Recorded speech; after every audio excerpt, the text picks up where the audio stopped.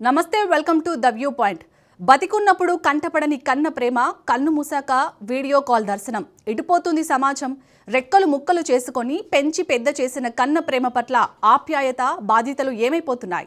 నేటి సమాజంలో యంత్రాల్లా మారుతున్న మానవ సంబంధాలు, మంటగలిసిపోతున్న నైతిక విలువలకు ఈ దృశ్యమే ప్రత్యక్ష నిదర్శనం.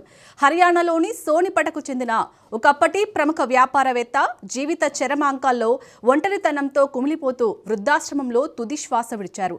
ఆస్తులు, అంతస్తులు సంపాదించిన, పిల్లలను ఉన్నత స్థితిలో నిలబెట్టిన ఆయన చివరి ప్రయాణంలో మిగిలింది మాత్రం అనాథ శవంగా మారిన వేదనే. కుమార్తెలు కన్న తండ్రి కన్ను మూసిన కడసారి చూపుకైనా రాలేకపోయారు.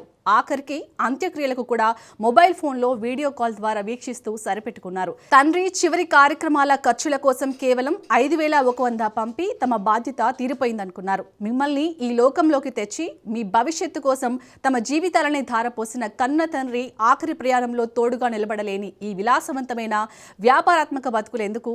కోట్లు సంపాదించిన, ఉన్నత హోదాలో స్థిరపడిన కన్నవారి రుణం తీర్చుకోలేని చదువులు, సంస్కారం ఏపాటివి? చివరి క్షణాల్లో సాంకేతికత అందించే డిజిటల్ స్క్రీన్లు, ఆన్లైన్ మనీ ట్రాన్స్ఫర్లు కన్నపేగు అనుబంధానికి ప్రత్యామ్నాయం కాగలవా? తల్లిదండ్రులు బతుకున్నప్పుడు వారిని గుండెలో పెట్టుకొని ఆచరించడం, వారి ఆఖరి గడియల్లో తోడుగా నిలవడం పిల్లలుగా ప్రాథమిక దర్శనం.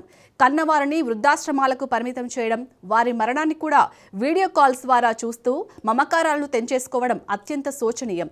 మానవత్వానికే మచ్చ తెచ్చే ఇలాంటి సంస్కృతి మారాలి.